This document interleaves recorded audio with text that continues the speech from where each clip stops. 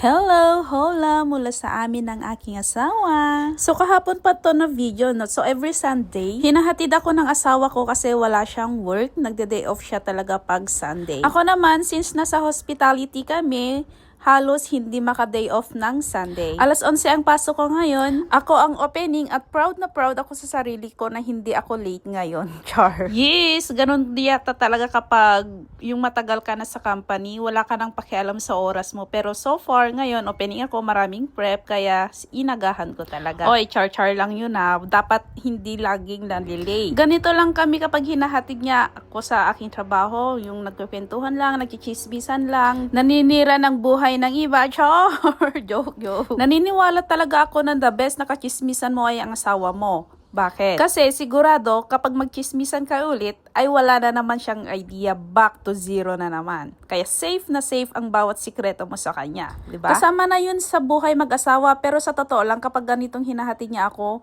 sa loob ng sasakyan, nagkukwentuhan lang kami, nagkakantahan at tinuturuan niya ako sa mga policies sa kalye kasi nga kailangan kong matutong mag-drive din. Kasi lilipat na ako, maghihiwalay na kami ng landas at yung magiging trabaho ko ay malayo. Mostly lang naman pinag-uusapan namin ay yung mga nakikita namin sa daan gaya ng sasakyan na yan, di ba? At sa awa ng Diyos, nakarating ako dito sa trabaho ko ng matiwasay. Pagsilip ko sa taas, nakabukas na, so sigurado nandito na yung manager. Dalawa kasi kaming nakahawak sa susi ngayon, ako at saka si manager. Tapos ayun, kung sino mauna siyang magbubukas ng venue. At parang hindi ko na nga nagagamit halos lahat yung susi ko kasi laging maaga si manager, sana all, di ba? Ganun kasi sila dito, napakahalaga ng oras. Hindi pwede ang Filipino time dito. Ako lang ang may karapatan. Char! So ayan, ano na akong ginawa, nagbukas ako ng mga oven para ma-preheat na. I-set mo na yan. At syempre kasama ng pagkukusina ang pag-music habang nagwo-work. Pagka-start ng tugtog, start na din ng trabaho. Wala nang sasayanging oras pa. At madami-dami itong ihanda ko ngayon. Nilabas ko na ang mga brisket. Natabasan ko na to kahapon at na-marinate. Dapat ito i-smoke ng 10 hours sa smoker. Tapos i-braise ng 2 hours sa oven. Pero at dahil hindi pa naaayos yung smoker namin, syempre, diskarteng malupit muna. Braise na lang natin muna yan sa oven ng ilang oras. Maliban sa marination na ginawa ko kagahapon, dadagdagan natin ngayon ng malupitang pekeng smoky flavor. Yes, kapag sa kusina ka, hindi pwede yung not available or walang stock. Diskartehan mo ng mga alternatives. Takpan lang yan natin ng maigi at tapos isalang na sa oven tapos mag-antay na hanggang maluto ito. Inuna ko talaga yun kasi napakatagal maluto nun tsaka naman ako nag-open ng mga kalan. So ganito yung diskarte ko kapag ako yung nag-opening at maraming mga preps. Inuuna ko talagang gawin yung mga matagal maluto. Sunod naman na matagal maluto ay itong stocks. Gagawa ako ng beef stock. At ang gagamitin ko dito ay yung mga scraps na galing sa brisket. Usually tinutos ko muna ito bago ko isala. Pero dahil puno na ang oven, diretso na sa kalan. Kapag sa kusina ka, dapat matuto kang mag-minimize ng mga itatapon mo. Kasi bawat scraps ay meron at meron kang paggagamitan yan. Gaya nito, sa paggawa ko ng beef stock, ang gamit ko lang ay yung scraps na galing sa brisket at yung mga iniipon naming pinagtatabasan namin ng mga sibuyas, carrots, mga ganun. At ayun na nalaban pa yung apoy, diba? Kukukuloan ko lang yan ng matagal hanggang mag-reduce yung tubig. At gagamitin ko yan for gravy and mushroom sauce. Yun lang, bye! Mama, ciao!